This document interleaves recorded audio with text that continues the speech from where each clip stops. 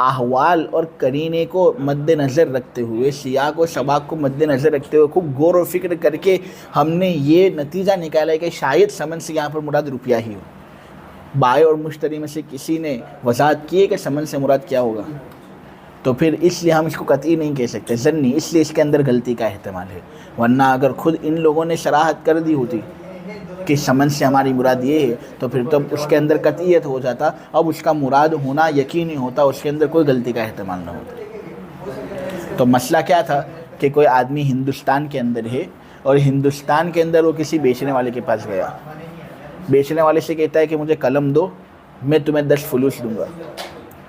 اب یہاں پر وہ فلوس کہہ رہے، لیکن فلوس سے کیا مراد ہے اس کی کوئی صفت ساتھ میں بیان نہیں کرتا، تو یہ فلوس جو ہے یہ تو مشترک لفظ ہے، یہ چند معنی پر بولا جاتا ہے، روپیہ، ڈالر، جتنی کرنسی ہیں سب پر بولا جاتا ہے، تو کون سی کرنسی یہاں پر مراد ہوگی؟ تو ہم نے غور و فکر کیا اور تعویل سے یہ بات ثابت کی کہ یہاں پر روپیہ مراد ہوں گے۔ دیکھو، ثمن کو جب مطلق بیان کیا جاتا ہے تو اس کے اندر اطلاق ہوتا ہے، اور اطلاق کے بارے میں قاعدہ معروف اور مشہور ہے کہ جب وہ مطلق ہوتا ہے، جب اس کے اندر کوئی قید نہیں ہوتی، کوئی صفت نہیں ہوتی، تو پھر اس کو اس کے فرد کامل کی طرف پھیرا جاتا ہے۔ نیز مطلق کے اندر جو عرف ہوتا ہے نا وہ مراد ہوتا ہے۔ اب یہاں پر اس نے ثمن اور فلوس کو مطلق بیان کیا، کوئی صفت اس کے ساتھ بیان کی نہیں کہ میرے فلوس روپے کی شکل میں ہوں گے یا درہم کی شکل میں ہوں گے، تو اس کے اندر جو فرد کامل ہے نا اس کو مراد لیا جائے گا، اور فرد کامل یہاں فلوس کا وہی ہے جو وہاں پر کثرت سے چل رہے ہیں، یعنی جو سکہ اور جو کرنسی بائع اور مشتری جس علاقے کے اندر ہے وہ وہاں پر چل رہے ہیں اور رائج ہوں وہ مراد ہوں گے، یہی کامل فرد ہوتا ہے مطلق کا۔ اسی طرح جب آدمی مطلق بولتا ہے تو اس سے وہ معنی مراد ہوتا ہے جو عرف کے مطابق ہو، متعارف معنی پر وہ محمول ہوتا ہے۔ لہٰذا اگر کوئی آدمی یہاں ہندوستان کے اندر ثمن کو مطلق رکھتا ہے اور کہتا ہے کہ میں 10 فلوس کے بدلے میں قلم خریدنا چاہتا ہوں، تو یہاں پر جو عرف جس بات پر ہے اس پر اس کو ہم پھیر دیں گے، اور یہاں پر عرف اس کرنسی پر ہے جس کا چلن عام ہے، جو رائج ہے، اس پر ہم اس کو محمول کریں گے، اس لیے یہاں پر روپیے متعین ہو جائیں گے کیونکہ یہی ہے وہ کرنسی جو ہندوستان کے اندر رائج ہے۔ تو یہ تعویل سے ہم نے ایک معنی متعین کر دیا۔ لیکن اب سوال پیدا ہوتا ہے کہ اگر کوئی شہر ایسا ہے جس کے اندر نقود مختلف ہیں، سب کی مالیت الگ الگ ہے، کچھ نقود قیمتی سمجھے جاتے ہیں جیسے ڈالر، اور کچھ نقود ایسے ہوتے ہیں جو قیمتی نہیں سمجھے جاتے بلکہ کچھ کم درجے کے سمجھے جاتے ہیں جیسے درہم، اسی طرح روپیہ، یہ کم درجے کے ہیں، اونچا درجہ روپی کو حاصل ہے، پاؤنڈز کو حاصل ہے۔ تو اگر کوئی شہر ایسا ہے، کوئی علاقہ ایسا ہے جہاں پر نقود مختلف ہیں اور وہاں جہاں پر خرید و فروخت ہو رہی ہے وہاں تمام سکوں کا چلن برابر ہے، یعنی کوئی شہر ایسا ہے کہ مالیت کے اندر نقود مختلف ہیں، اس کے اندر ڈالرز بھی ہیں، پاؤنڈز بھی ہیں، درہم بھی ہیں، روپیز بھی ہیں، اور سب کا رواج برابر ہے، کسی ایک کا رواج دوسرے پر راجے نہیں، تو پھر وہاں پر جب آدمی اس طرح ثمن کو مطلق رکھتا ہے تو کون سا متعین ثمن مراد ہوگا، کون سا ثمن مراد ہوگا، کون سے ثمن کو ہم اختیار کریں گے، سوال پیدا ہوتا ہے نا۔ تو اس صورت میں صاحب اصول الشاشی کہتے ہیں کہ بے فاسد ہو جائے گی۔ مثلا آدمی دبئی چلا گیا، دبئی کے اندر بعض جگہیں ایسی ہوتی ہے جہاں پر ہر طرح کی کرنسی بالکل برابر ہوتی ہے، وہاں پر درہم بھی چلتے ہیں، وہاں پر امریکن ڈالرز بھی چلتے ہیں، وہاں پر پاؤنڈز بھی چلتے ہیں، اور اسی طرح وہاں پر روپیز بھی چلتے ہیں، اس کے علاوہ بھی بہت سی اور چیزیں چلتی ہیں وہاں پر اگر کوئی آدمی کوئی چیز خریدے اور کہہ دے کہ میں تجھے 10 دوں گا، 10 فلوس دوں گا، 10 ثمن دوں گا، متعین نہیں کرتا ثمن کی صفت کو، تو اب یہاں پر ایسا بھی تو ہم کر نہیں سکتے کہ قرینے کو مد نظر رکھتے ہوئے جو سب سے زیادہ چلنے والا سکہ وہاں پر ہو، سب سے زیادہ چلنے والی جو کرنسی ہو اس پر ہم اس کو محمول کر دیں کیونکہ سب رواج میں وہاں پر برابر ہیں۔ تو اب کیا کریں گے؟ صاحب اصول الشاشی کہتے بے فاسد ہو جائے گی۔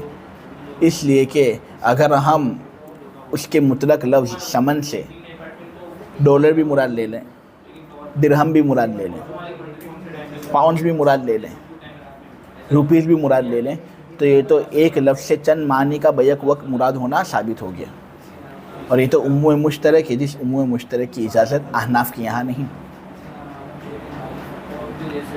یا پھر ہم یہ کہہ سکتے ہیں کہ کسی ایک کرنسی پر ہم اس کو فٹ کر دیں گے، مثلا وہاں پر ڈالر مراد ہو جائے گا کہ $10 وہ دے گا اور بدلے میں جو چیز اس کو لینی ہے وہ لے لے گا۔ تو ہم کہتے ہیں کہ یہاں پر ڈالر کا مراد ہونا کس طرح ہوا، دلیل ہونی چاہیے نا، تب کوئی معنی مراد ہوتا ہے، یہاں پر کس طرح مراد ہوا۔ تو ہم یہ بھی نہیں کہہ سکتے کہ ہم نے حالات پر غور کیا اور دیکھا کہ سب سے زیادہ چلنے والا سکہ کون سا، ہم نے دیکھا ڈالر سب سے زیادہ چلنے والا ہے اس لیے ہم نے ڈالر کو متعین کر دیا۔ تو یہاں پر تو رواج میں سب برابر ہے، سب سکے برابر ہے، کوئی سکہ کسی دوسرے سکے پر راجح نہیں، تو ڈالر کا متعین کرنا ہوا کس طرح، اس طرح تو نہیں ہو سکتا کہ حالات پر ہم قیاس کر لیں۔ نہ متکلم کی جانب سے کوئی وضاحت ہو رہی ہے، نہ بائع واضح کر رہا ہے معاملہ، نہ مشتری واضح کر رہا ہے کوئی معاملہ۔ تو اگر ہم کوئی ایک کرنسی مراد لے لیتے ہیں اور بے کو نافذ کر دیتے ہیں تو یہ ترجیح بلا مرجح لازم آ جائے گا کہ بغیر کسی دلیل کے ایک معنی کو متعین کر لیا۔ عموم مشترک جس طرح جائز نہیں، اس طرح ترجیح بلا مرجح بھی جائز نہیں۔ تو پھر جب ثمن کی صفت ہی ہمارے سامنے واضح ہو نہیں پا رہی تو ہم بے کو فاسد کر دیں گے۔ ہاں اگر صفت واضح ہو جاتی ہے، یا تو بائع واضح کر دیتا ہے مشتری کے سامنے یا مشتری واضح کر دیتا ہے بائع کے سامنے، تو پھر وضاحت کے آ جانے کے بعد بے درست ہو جائے گی، لیکن وضاحت سے پہلے درست نہیں ہوگی، کیونکہ یہ معاملہ ایسا ہے کہ نقود مالیت کے اندر مختلف ہے، کرنسی کی مالیت الگ الگ ہے، اور یہاں سب کا رواج برابر ہے۔ تو کوئی دلیل سے ہم کوئی ایک معنی تو ثمن کا متعین کر نہیں سکتے، نہ سب معنی مراد لے سکتے ہیں، ورنہ عموم مشترک لازم آئے گا، تو پھر اس لیے بے کو فاسد کر دیں گے۔ لیکن جب وضاحت ہو جاوے نا مشتری یا بائع میں سے کسی ایک کی جانب سے، تو پھر جو جہالت تھی وہ ختم ہو گئی، جو جھگڑا پیدا ہونے والا تھا شاید آگے وہ ختم ہو رہا ہے وضاحت کی وجہ سے، تو پھر بے نافذ ہو جائے گی۔ لما ذکرنا جو صاحب اصول الشاشی نے اپنی کتاب کے اندر ذکر کیا نا، اس دلیل کی وجہ سے جو ہم بیان کر چکے، اس سے مراد یہی کہ ہمارے نزدیک عموم مشترک کی بھی اجازت نہیں، نہ ہمارے نزدیک ترجیح بلا مرجح کی اجازت ہے۔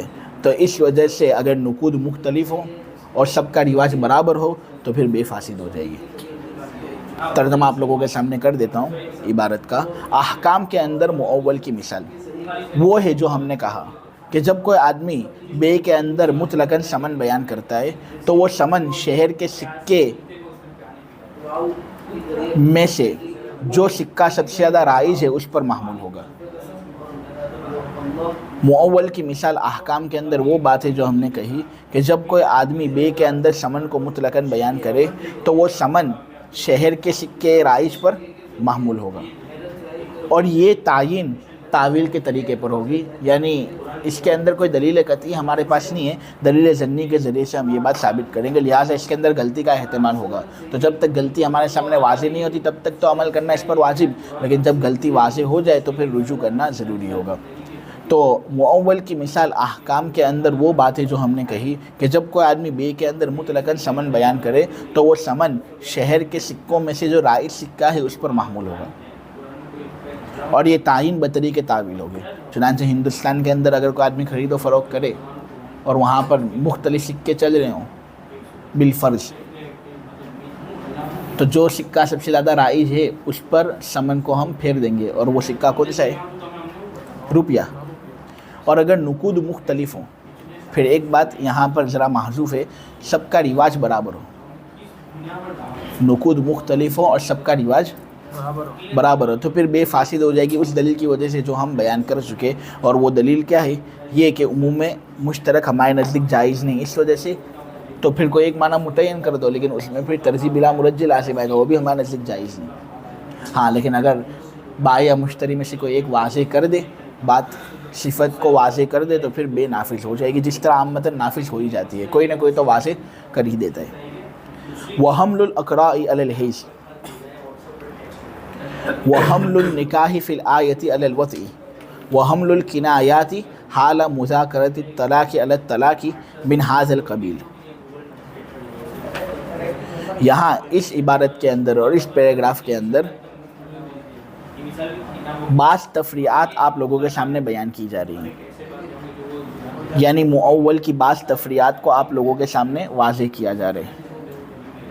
چنانچہ صاحب اصول شاشی یہ کہتے ہیں کہ قرآن کی آیت ہے والمطلقات یتربصن بانفسہن ثلاثۃ قروء، کہ وہ عورت جس کو طلاق دی جائے وہ اپنے آپ کو عدت کے اندر 3 قروء تک روکے رکھے۔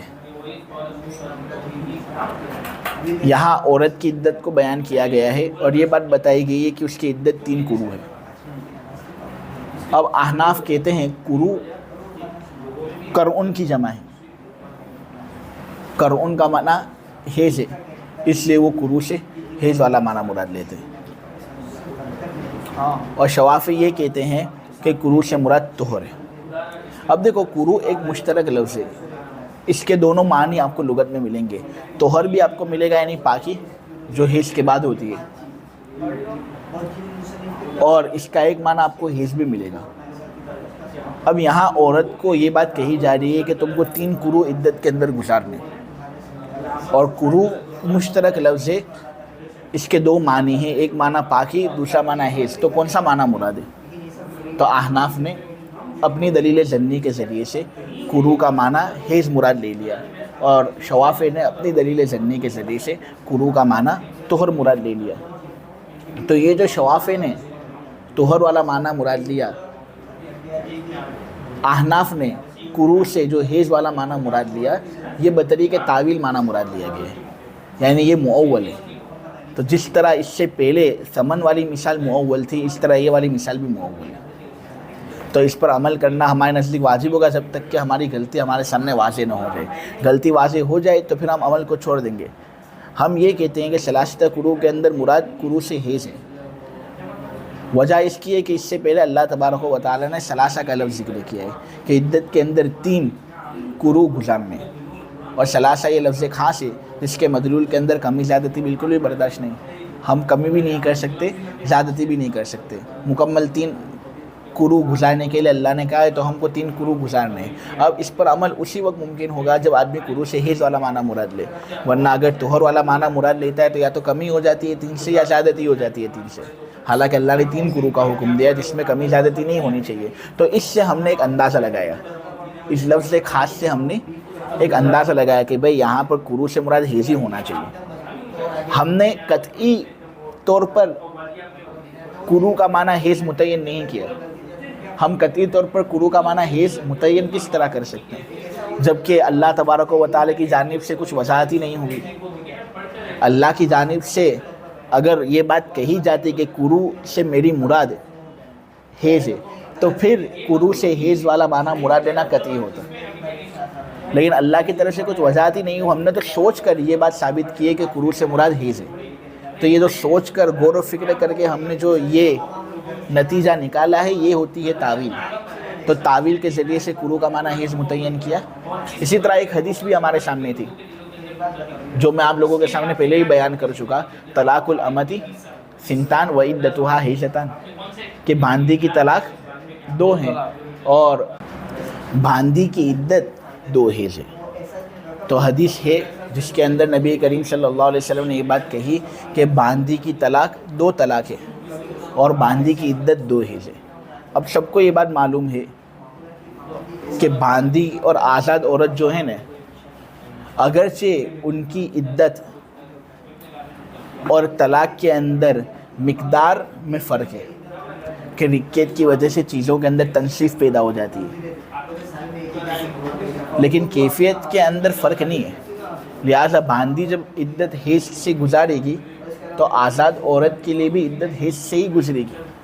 تو اس سے ہم نے ایک اندازہ لگایا کہ یہاں پر قروء سے مراد حیض ہے۔ تو یہ ہمارے دلائل تھے، جن دلائل سے ہم نے یہ بات ثابت کی کہ یہاں قروء جو ہے اس سے مراد حیض ہے۔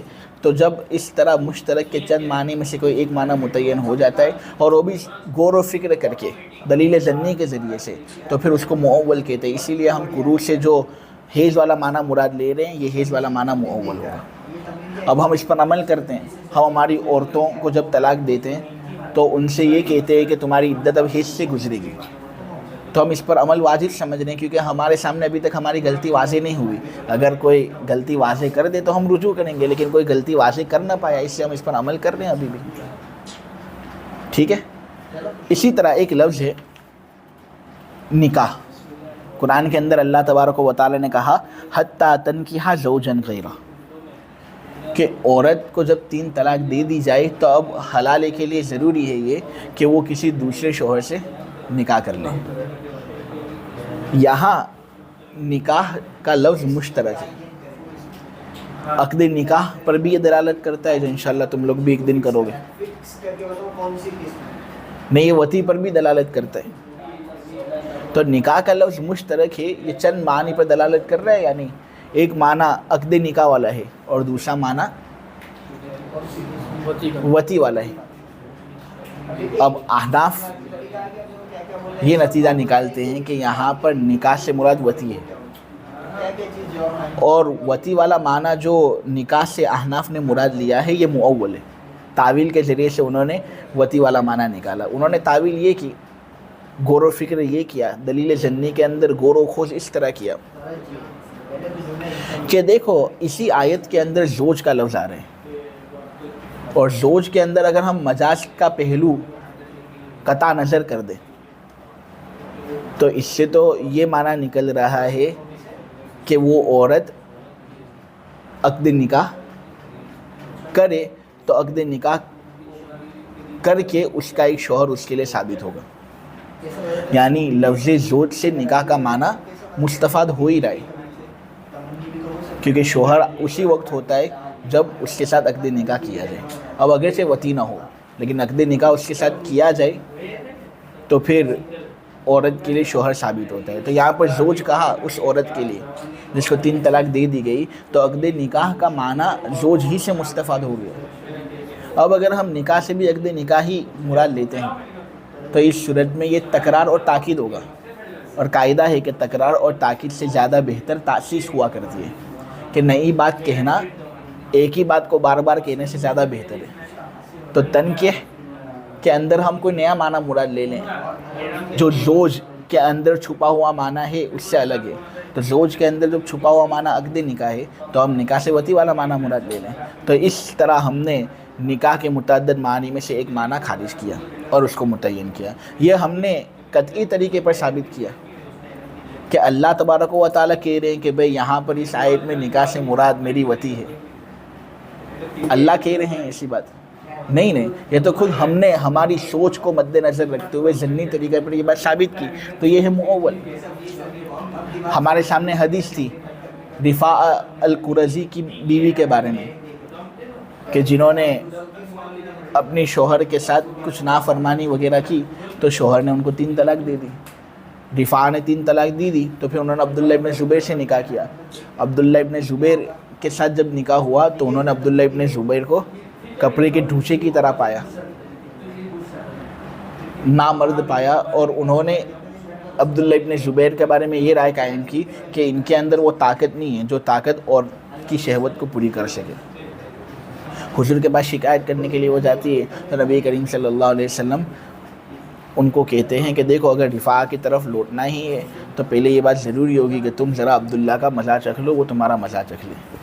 اس حدیث سے یہ بات معلوم ہوتی ہے کہ وطی کرنا حلال کے لیے ضروری ہے۔ تو اس حدیث کو بھی مد نظر رکھتے ہوئے ہم نے یہ کہا کہ شاید تنکیح کے اندر وطی والا معنی ہی مراد ہو۔ تو یہ ضمنی طریقے سے ہم نے یہ بات ثابت کی، تعویل کے طریقے سے یہ بات ثابت کی ہے۔ تو نکاح سے وطی والا معنی بھی جو مراد لیا گیا یہ مؤول کے قبیل سے، ٹھیک ہے۔ اس کے اندر ہم عمل کرتے اس لیے کہ ابھی ہماری غلطی ہمارے سامنے واضح نہیں ہوئی۔ اگر ہماری غلطی ہمارے سامنے واضح ہو جائے گی تو ہم رجوع کریں گے، لیکن ابھی تک واضح ہو نہ پائی۔ اسی طرح تذکرہ طلاق کے وقت جو کنائے الفاظ استعمال کیے جاتے ہیں ان کو طلاق والے معنی پر جو محمول کیا جاتا ہے وہ بھی تعویل ہی کے قبیل سے۔ کوئی آدمی اپنی بیوی کے ساتھ جھگڑا کر رہا ہے اور وہ اس کو کہہ رہا ہے کہ دیکھ اب مزید تو میری نافرمانی کرے گی نہیں تو میں تجھے طلاق دے دوں گا۔ عورت کہہ رہی ہے کہ نہیں تم کو طلاق دینی ہو تو دے دو، لیکن اگر تم میرے ساتھ اس طرح سلوک کرو گے تو مجھے یہ بالکل گوارا نہیں ہوگا۔ اس طرح دونوں میاں بیوی کے درمیان تو میں ہو ہی رہی تھی، طلاق کا تذکرہ ہو ہی رہا تھا، اتنے میں شوہر نے بیوی کو کیا کہہ دیا معلوم ہے؟ انتی بائنا۔ کیا کہہ دیا؟ انتی بائنا، تو الگ ہے، تو جدا ہے۔ اب یہ تو مذاکرہ طلاق کے وقت شوہر کے منہ سے نکلا نے، تو اس لیے میں نے اس کا ترجمہ کیا کیا؟ تو جدا ہے، تو الگ ہے۔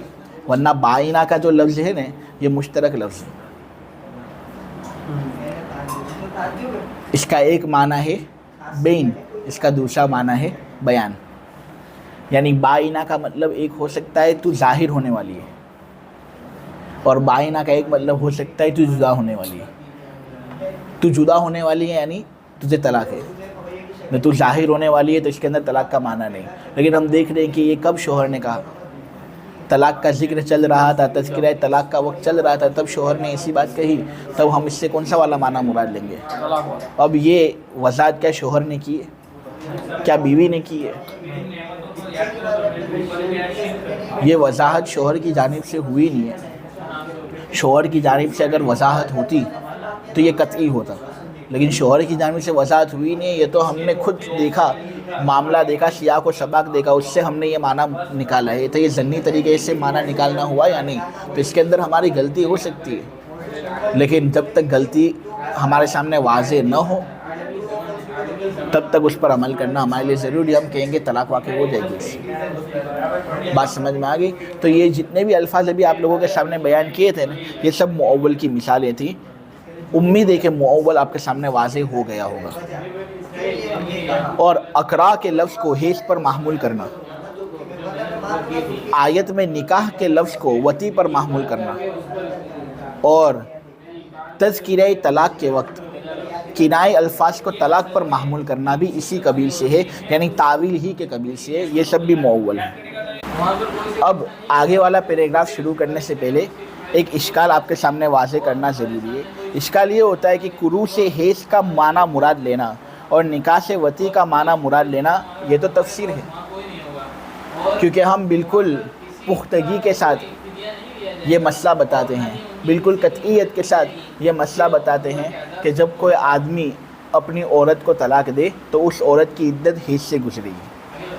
کبھی بھی ہم یہ کہتے ہیں کہ اس عورت کی عدت طہر سے گزرے گی، ہم ہمیشہ حیض ہی کا اعتبار کرتے ہیں۔ اسی طرح جب کوئی آدمی کسی عورت کو 3 طلاق دے دے، اب واپس رجوع کرنا چاہتا ہے، تو ہم کہتے ہیں کہ عورت کے لیے حلالہ کرنا ضروری ہے۔ حلالے کے اندر ہم ہمیشہ وطی کو ضروری قرار دیتے، کبھی بھی یہ نہیں کہتے کہ عقد نکاح کافی ہے۔ تو نکاح کے لفظ سے وطی والا معنی مراد لینا، کرو کے لفظ سے حیض والا معنی مراد لینا، یہ تعویل نہیں ہے کہ تعویل کے اندر ایک طرح کا ظن ہے، پختگی نہیں ہے، یہ تو تفسیر ہے، کیونکہ اس کے اندر قطعیت ہے اور ہم قطعی معنی ہی مراد لیتے ہیں۔ تو دیکھو ہماری جانب سے اس کا جواب یہ ہے کہ تفسیر کس کو کہتے ہیں، اس کا مکمل بیان تو آگے آنے والا ہے۔ دیکھو آگے کا جو صفحہ ہے نا، اس کے اندر تفسیر کے احکام آپ کے سامنے بیان ہوں گے، لیکن تفسیر کے لیے یہ بات ضروری ہے کہ متکلم اپنی جانب سے وضاحت کر دے کہ یہاں مشترک کے کون سے معنی میں سے کون سا معنی مراد ہے۔ متکلم اگر اپنی جانب سے یہ واضح کر دیتا ہے کہ مشترک کے معنی میں سے یہ معنی مراد ہے، تو پھر وہ معنی بالکل متعین ہو جاتا ہے، اس کے اندر قطعیت ہوتی ہے، بڑی مضبوطی ہوتی ہے۔ ہم یہ کہتے ہیں کہ کرو سے مراد حیض ہے، کیا یہ اپنوں نے اپنی سوچ سے سمجھا یا اللہ تبارک و تعالیٰ نے یہ واضح کیا ہمارے سامنے کہ میں کرو سے حیض والا معنی مراد لے رہا ہوں؟ ہم نے ہماری سوچ سے کرو سے حیض مراد ہے یہ سمجھا ہے۔ اللہ نے خود اپنی طرف سے یہ بات کہی نہیں کہ کرو سے میں حیض مراد لے رہا ہوں۔ اگر اللہ خود اپنی طرف سے کہتا نہیں قرآن میں کہ میں کرو سے حیض مراد لے رہا ہوں، تو اس صورت میں یہ تفسیر ہوتی، لیکن اللہ نے خود ایسی بات کہی نہیں ہے۔ ہم نے ثلاثہ کو مد نظر رکھتے ہوئے، احادیث نبویہ صلی اللہ علیہ وسلم کو مد نظر رکھتے ہوئے اپنی سوچ سے کرو سے حیض والا معنی مراد لیا ہے، تو یہ ضمنی نہیں ہوا تو اور کیا ہوا؟ اسی طرح نکاح سے مراد جو ہم نے وطی والا معنی مراد لیا، تو کیا اللہ تبارک و تعالی نے ہم کو کہا کہ نکاح سے یہاں پر مراد وطی ہے؟ اگر اللہ کہتا نہیں، متکلم خود واضح کرتا، تو پھر یہ مفسر ہوتا ہے اور قطعی ہوتا ہے. لیکن یہ تو ہم نے سوچ کر رفاع کی بیوی والی حدیث کو مد نظر رکھتے ہوئے, زوج کے لفظ کو مد نظر رکھتے ہوئے اس نتیجے پر ہم پہنچے کہ یہاں نکاح سے وطی والا معنی ہی مراد ہو سکتا ہے. ہم ہمارے اس استدلال میں غلط بھی ہو سکتے ہیں, یعنی اسی لیے تو امت کے علماء کے مابین اختلاف ہوا. امام شافعی کچھ الگ کہتے ہیں قروء والے مسئلے کے اندر, ہم کچھ الگ کہتے ہیں. اگر یہ سب قطعیت کے ساتھ ہی ثابت ہوتا تو پھر امت کے علماء کے مابین اختلاف ہی نہ ہوتا, لیکن یہ اختلاف ہوا ہے, معلوم ہوا یہ سب ظنی ہے. اسی لیے ہم ان پر جو عمل کرنے کے لیے کہتے ہیں نا, وہ اس سے کہتے ہیں کہ ابھی ہمارے سامنے ہماری غلطی واضح نہیں ہوئی. لیکن ہم جو اس پر عمل کو واجب سمجھ رہے ہیں وہ احتمال خطا کے ساتھ سمجھ رہے ہیں. غلطی جب واضح ہو جائے گی تب رجوع کر لیں گے, لیکن اب تک ہماری غلطی ہمارے سامنے واضح ہوئی نہیں ہے, اس لیے ہم رجوع نہیں کرتے.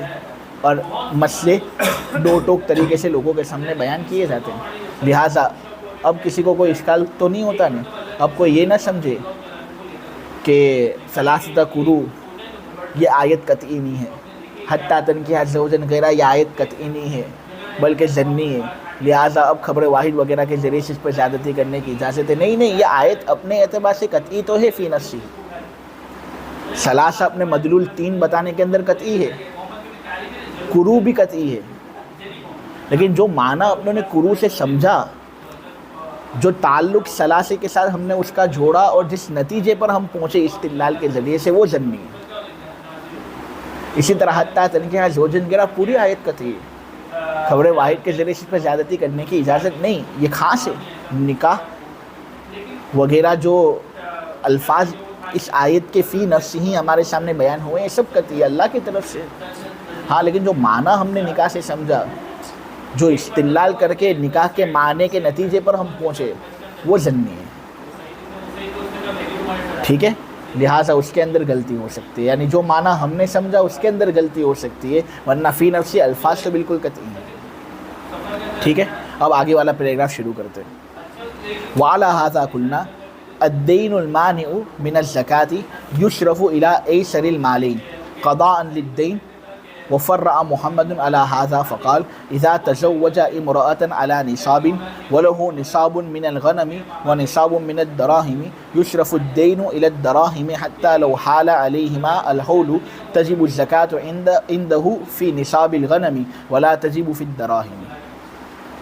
ایک اور مرتبہ عبارت پڑھ لو. وعلى هذا قلنا الدين المانع من الزكاة يشرف الى ايسر المالين قضاء للدين. پہلے اتنی عبارت میں پڑھ لیتا ہوں, ترجمہ بعد میں کروں گا. پہلے جو اس عبارت کے اندر صاحب اصول الشاشی کہنا چاہ رہے ہیں وہ آپ کے سامنے واضح کر دوں.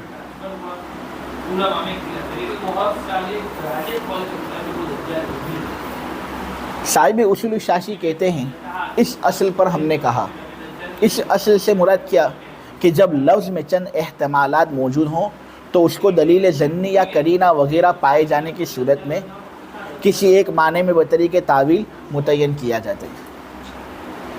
صاحب اصول الشاشی نے کہا اس اصل پر ہم نے کہا, تو اس اصل سے کیا مراد کہ جب لفظ میں چند احتمالات موجود ہوں تو اس کو دلیل ظنی یا قرینہ وغیرہ پائے جانے کی صورت میں کسی ایک معنی میں بطریق تعویل متعین کیا جاتا ہے. اس اصل پر ہم نے کہا کہ وہ قرض جو زکوٰۃ سے روکنے والا ہے اس کو 2 مالوں میں سے سب سے آسان مال کی طرف پھیرا جائے گا جو قرضے کی ادائیگی کے اندر سب سے آسان ثابت ہو. یعنی جس مال سے دین کی ادائیگی آسان ہو اس مال میں زکوٰۃ واجب نہ ہوگی, بلکہ دین کی ادائیگی کو اسی مال کی طرف پھیر دیا جائے گا.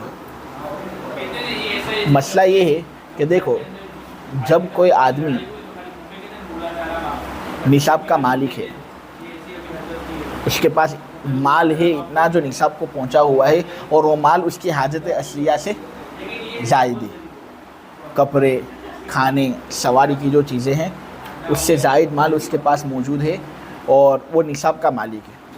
لیکن ساتھ ساتھ اس پر قرضہ بھی ہے, اتنا مقروض ہے وہ اور اتنا بڑا قرضہ ہے اس پر کہ اگر قرض ادا کیا جائے تو آدمی صاحب نصاب ہی نہ رہے, یا تو آدمی کے پاس اس نصاب کا کوئی مال ہی باقی نہ رہے, یا حاجت اصلیہ کے اندر اس کا بقیہ مال منحصر ہو جائے.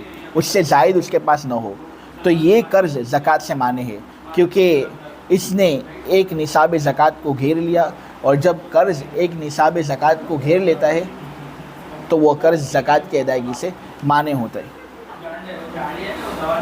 لہٰذا اگر کوئی اتنا زیادہ مقروض ہے کہ اگر وہ اس کو ادا کر رہا ہے تو صاحب نصاب ہی باقی نہ رہے، یا تو نصاب کے اندر کوئی مال ہی باقی نہ رہے، یا حاجت اصلیہ کے اندر مال منحصر ہو جائے، اس سے زائد کوئی مال اس کے پاس نہ ہو۔ تو اگر اس طرح کا دین کسی کے پاس ہو کہ پورے نصاب کو ہی وہ گھیر لے، تو یہ ایسا دین ہے جو زکوٰۃ سے روک رہا ہے۔ اب شریعت کے اندر لوگوں کے لیے آسانی پیدا کی گئی ہے، لوگوں کے لیے چونکہ شریعت میں آسانی پیدا کی گئی ہے، اس سے آسانی کی پیش نظر وہ آدمی جو اتنا مقروض ہے اس کو یہ کہا گیا کہ تیرے لیے دین کی ادائیگی زکوٰۃ کی ادائیگی سے مقدم ہے، تیرے لیے دین کی ادائیگی زیادہ ضروری ہے۔ اس لیے اگر کسی کے پاس اتنا قرضہ ہو نا تو اس کے لیے ضروری ہے یہ کہ وہ زکوٰۃ ادا نہ کرے بلکہ دین ادا کرے، زکوٰۃ اس کے حق میں معاف ہو جائے گی، ٹھیک ہے۔ لہٰذا اگر کوئی آدمی ایسا ہے کہ اس کے پاس نصاب کا ایک ہی مال موجود ہے اور اس پر اتنا زیادہ قرضہ ہے کہ پورا نصاب اس طرح محیط ہو جاتا ہے، اس قرضے نے پورے نصاب کو اس طرح گھیر لیا، تو آدمی کے لیے ضروری ہے کہ وہ قرضہ ادا کر لے، اب اس آدمی پر زکوٰۃ واجب نہیں ہوگی، ٹھیک ہے۔ لیکن اب سوال یہ پیدا ہوتا ہے کہ اگر کسی آدمی کے پاس ملٹیپل نصاب ہوں، تو بکری کا نصاب ہو، درہم دنانیر کا نصاب ہو، سامان کا نصاب ہو، اور اس کے پاس ایک قرضہ ایسا ہے جو اس کے ملٹیپل نصابوں میں سے ایک نصاب کو مکمل گھیر لیتا ہے، تو اب کون سے نصاب سے زکوٰۃ کی ادائیگی ہوگی اور کون سے نصاب میں زکوٰۃ کی ادائیگی نہیں ہوگی بلکہ اس نصاب میں دین کی ادائیگی ہوگی؟ تو اب یہاں پر ہم کہتے ہیں کہ دیکھو،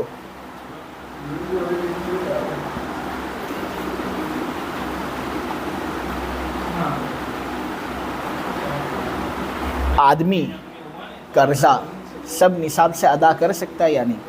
اگر وہ چاہے تو قرضہ درہم دنانیر کے نصاب سے بھی ادا کر سکتا ہے، اگر وہ چاہے تو قرضہ جانور کے نصاب سے بھی ادا کر سکتا ہے، اور اگر چاہے وہ قرضہ سامان کے نصاب سے بھی ادا کر سکتا ہے یا نہیں؟ تو اس طرح قرضے کی ادائیگی ایک مشترک لفظ کی طرح ہوا یا نہیں؟ قرضے کی ادائیگی اس طرح ایک مشترک لفظ کی طرح ہوا نا، کہ جس طرح مشترک لفظ اپنے اندر چند معانی کو لیتا ہے، اسی طرح یہاں پر قرضے کی ادائیگی درہم اور دنانیر کے نصاب سے بھی ہو سکتی ہے، قرضے کی ادائیگی جانور کے نصاب سے بھی ہو سکتی ہے، اور قرضے کی ادائیگی سامان کے نصاب سے بھی ہو سکتی ہے۔ تو یہ مشترک لفظ کی طرح ہے یا نہیں؟ اب یہاں پر کون سے نصاب میں ہم قرضے کی ادائیگی کو منحصر کریں گے اور کون سے نصاب سے ہم اولاً زکوٰۃ کو معاف کریں گے؟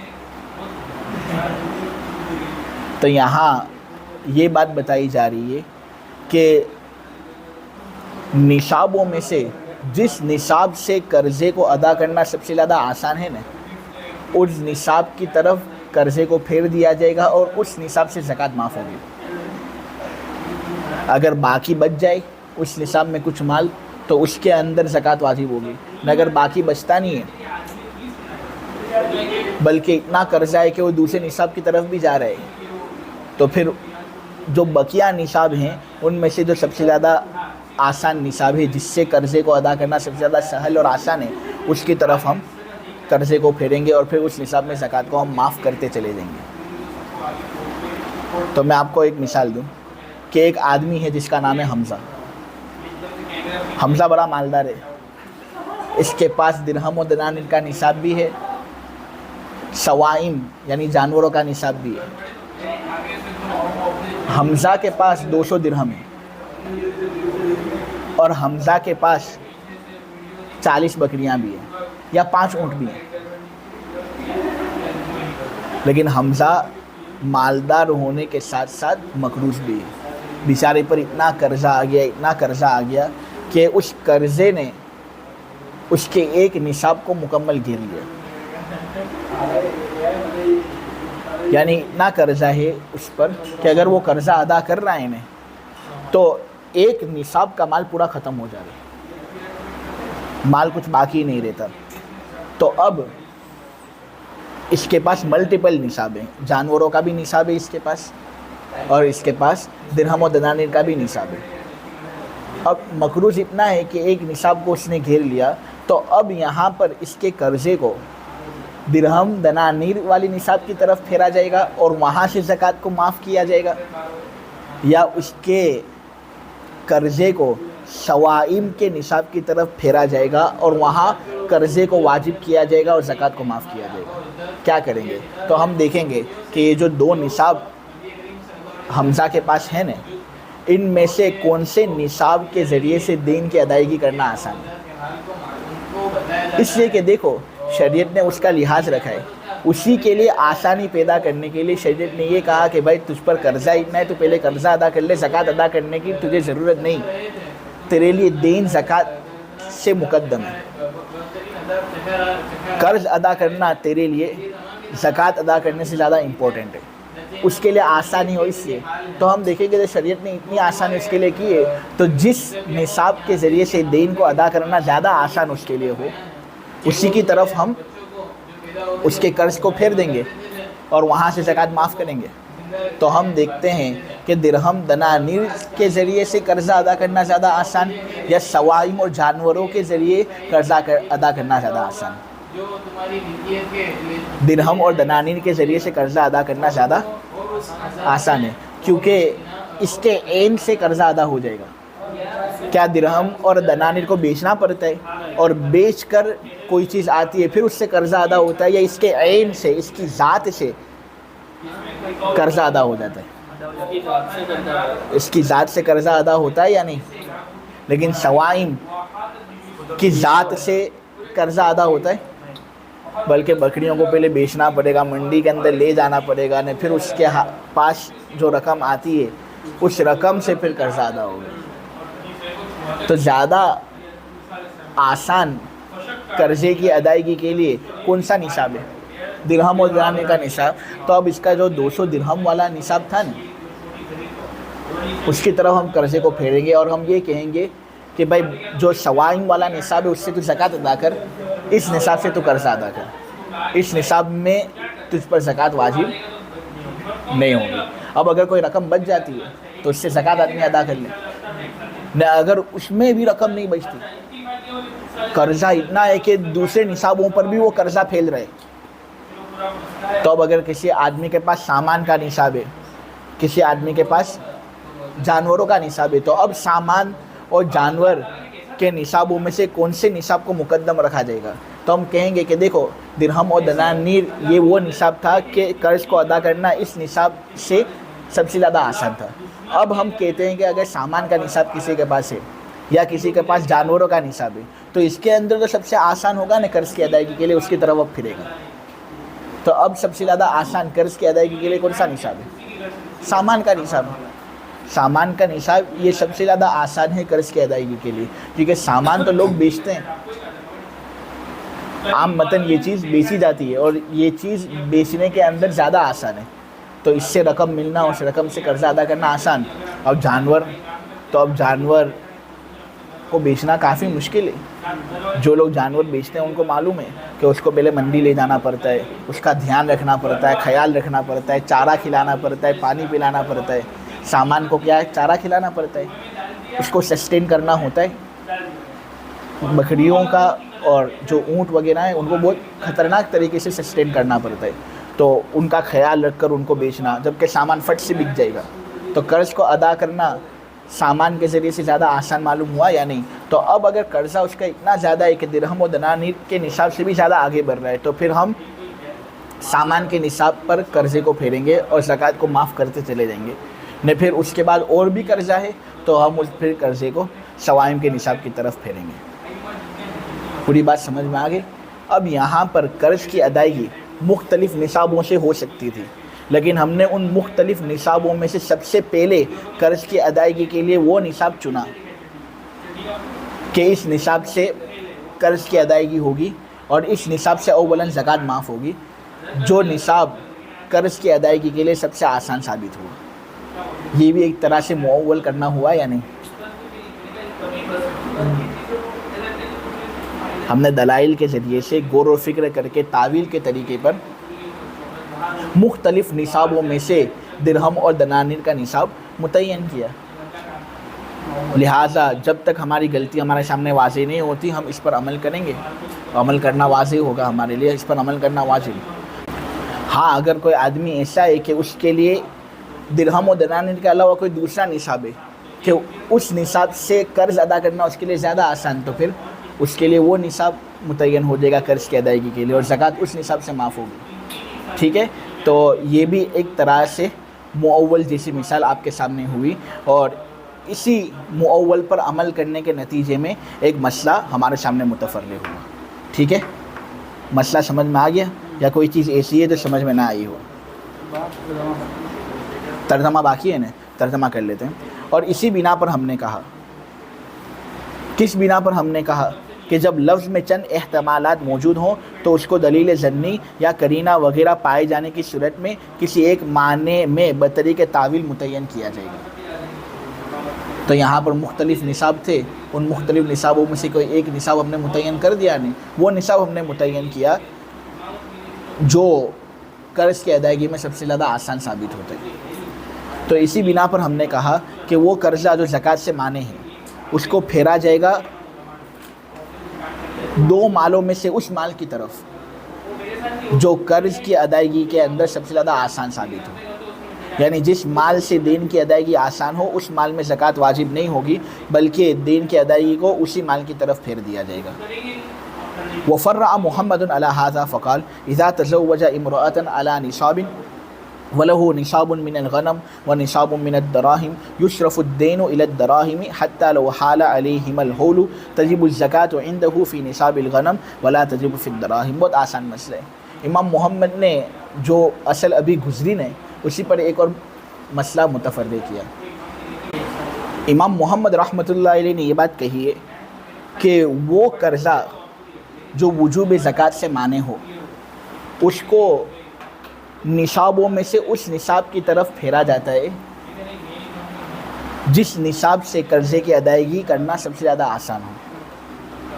چنانچہ اگر کسی آدمی نے کسی عورت کے ساتھ نکاح کیا اور نکاح اس کے ساتھ کر لیا لیکن مہر کا معاملہ اس کے ساتھ ادھار کے طور پر رکھا کہ میں مہر تجھے بعد میں دے دوں گا، اور مہر کے اندر مقدار متعین کر دی اور عورت کو یہ کہا کہ دیکھو میرے پاس مال کے بہت سارے نصاب ہیں، بکریوں کا بھی مالک ہوں میں، اونٹ کا بھی مالک ہوں میں، درہم دنانیر بھی میرے پاس ہے، سامان بھی میرے پاس ہیں، ان نصابوں میں سے ایک نصاب میں تجھے مہر کے اندر پورا کا پورا دے دوں گا۔ عورت بہت خوش ہو گئی کہ چلو اس کے جو مال کے نصاب ہیں ان نصابوں میں سے ایک مکمل نصاب یہ بطور مہر مجھے دے گا۔ عورت نے نکاح کر لیا اس کے ساتھ، اس دیواجی تعلق قائم ہونے لگا۔ اب مرد کے ذمے عورت کو مہر دینا ضروری ہے یا نہیں، اور عورت کا مہر اس کے ذمے ایک طرح کا قرضہ ہے۔ اب پہلے یہ بات آ چکی کہ قرضے کی ادائیگی جو ان سے بھی نصاب سے وہ کرنا چاہے کر سکتا ہے، اگر وہ سامان کے نصاب سے قرضے کی ادائیگی کرنا چاہے کر سکتا ہے، درہم و دنانیر کے نصاب سے قرضے کی ادائیگی کرنا چاہے کر سکتا ہے، جانوروں کے نصاب سے اگر وہ قرضے کی ادائیگی کرنا چاہے تو کر سکتا ہے۔ تو یہاں پر یہ قرضے کی ادائیگی جو مختلف طریقوں سے ہو سکتی ہے ایک مشترک لفظ کی طرح ہے یا نہیں جو اپنے اندر چند معنی رکھتا ہو۔ اب کون سے نصاب کی طرف قرضے کو پھیرنا ہے؟ تو ہم نے دیکھا کہ یہ مہر اس کے ذمے ایک طرح کا قرض ہے، اور قرض جو آدمی پر ہوتا ہے نا، اللہ نے انسانوں کے لیے اور مسلمانوں کے لیے اتنی آسانی پیدا کر دی ہے کہ اللہ نے یہ کہا کہ اگر قرض تمہارے اوپر ہونے تو زکوٰۃ ادا کرنا تمہارے لیے ضروری نہیں، تمہاری زکوٰۃ قرض کی وجہ سے معاف ہو جاتی ہے۔ اس آدمی کے مختلف نصاب تھے اور اپنی عورت کو مہر کے طور پر ایک نصاب دینے کا اس نے وعدہ کیا تھا، لیکن ابھی تک اس نے مہر ادا کیا نہیں، اور جتنے نصاب تھے نا سب پر 1 سال گزر گیا۔ اب ہولانے ہول کے بعد نصاب کے اندر کیا آتی ہے؟ زکوٰۃ واجب ہوتی ہے۔ تو اب سوال پیدا ہوتا ہے کہ کون سے نصاب سے قرض ادا کریں گے اور کون سا ہے وہ نصاب جس میں زکوٰۃ معاف ہوگی۔ تو ہم نے دیکھا کہ شریعت کے اندر زکوٰۃ دین کی وجہ سے کیوں معاف ہوئی ہے؟ تاکہ مسلمان کے لیے آسانی ہو، زکوٰۃ بھی ادا کرے گا، دین بھی ادا کرے گا تو بیچارہ 2-4 ہو جائے گا، کتنی تکلیف اور مشقتوں کے اندر چلا جائے گا، مصیبتوں کے اندر چلا جائے گا۔ تو اس کے لیے آسانی ہو، اس لیے اللہ نے دین کی ادائیگی کو زکوٰۃ کی ادائیگی پر اس کے لیے مقدم رکھا۔ اب ہم دیکھیں گے اس کے مختلف نصاب جو ہیں نا، اس میں سے دین کی ادائیگی کے لیے وہ نصاب متعین ہوگا جس سے دین ادا کرنا آسان ہو۔ لہٰذا عورت کو جو اس کو مہر دینی ہے نا، وہ مہر وہ دے گا درہم اور دنانیر کے نصاب سے۔ لہٰذا درہم اور دنانیر پر اگر سال گزر گیا تو مشغول بالدین ہونے کی وجہ سے اب اس پر زکوٰۃ واجب نہیں ہوگی، وہ تو قرضے کے اندر اس کو دینا ہے، اور زکوٰۃ واجب ہوگی بقیہ نصابوں پر، سامان کے نصاب پر اور سوائم کے نصاب پر۔ اب اگر عورت کو وہ قرضہ دے دیتا ہے، درہم و دنانیر والے نصاب کے ذریعے سے قرضہ وہ عورت کو دیتا ہے، کیونکہ یہی ہے وہ نصاب جو قرضے کی ادائیگی کے لیے سب سے زیادہ آسان ثابت ہوتا ہے، کیونکہ اس کے عین سے قرضہ ادا ہو جاتا ہے، اس کو بیچنے کی مشقت نہیں کرنی پڑتی۔ تو اگر پورا ادا ہو جاتا ہے بہت اچھا، جو بقیہ رقم اس کی زکوٰۃ نکال لیں۔ نہ اگر قرضہ ادا ہو نہیں پاتا تو اب کون سے نصاب کی طرف ہم قرضے کو پھیریں گے؟ تو دیکھو، ایک نصاب اس کے پاس سامان کا ہے، ایک نصاب اس کے پاس جانوروں کا ہے۔ ہم دیکھتے ہیں سامان کو بیچ کر قرضہ ادا ہو سکتا ہے، جانوروں کو بھی بیچ کر قرضہ ادا ہو سکتا ہے، لیکن سامان کو سسٹین کرنا نہیں پڑتا، ان کا خیال بہت زیادہ رکھنا نہیں پڑتا، جبکہ بکریوں اور جانوروں کا بہت زیادہ خیال رکھنا پڑتا ہے۔ تو اس کے اندر آسانی زیادہ قرضے کو ادا کرنے میں سامان کو بیچ کر قرضہ ادا کرنے کی صورت ہے۔ اس کے اندر زیادہ آسانی ہے کہ آدمی بیچ لے فوراً، اس کو خیال رکھنے کی ضرورت نہیں ہے، اور آدمی اس کو بیچ کر رقم لے لے اور رقم کے ذریعے سے قرضہ ادا کر لے۔ بہت قرضہ ادا ہو جاتا ہے تو بہت اچھا، نہ اگر نہیں ادا ہوتا تو اس صورت میں پھر وہ سوائم کے نصاب کی طرف قرضہ پھیر دیا جائے گا، اور پھر اب سوائم سے قرضہ ادا ہوگا، جو بقیہ سوائم بچتے ہیں ان سے آدمی زکوٰۃ ادا کرے گا۔ تو یہ پوری بات سمجھ میں آ گئی۔ یہ ہوتا ہے اس وقت جب مشترک کے چند معنی ہوتے ہیں، اور ان چند معانی میں سے کوئی ایک معنی بطریق تعویل مراد لے لیا جاتا ہے، تو پھر اس ایک معنی پر عمل کرنا واجب اور ضروری ہوتا ہے، خطا کے احتمال کے ساتھ۔ امام محمد رحمۃ اللہ علیہ نے اسی مسئلے پر ایک تفریع بیان کی ہے۔ کون سے مسئلے پر؟ الی ایسر المالین قضاء للدین والے مسئلے پر ایک تفریع بیان کی ہے۔ چنانچہ انہوں نے کہا کہ جب کوئی آدمی کسی عورت سے نکاح کرے ایک نصاب مہر دینے کی شرط پر، کہ تم مجھ سے نکاح کر لے، میں تجھے بدلے میں ایک نصاب مہر دوں گا، اور اس کے پاس بکریوں کا نصاب ہو، دراہم کا نصاب ہو، تو اب دین کو کون سے نصاب کی طرف پھیرا جائے گا؟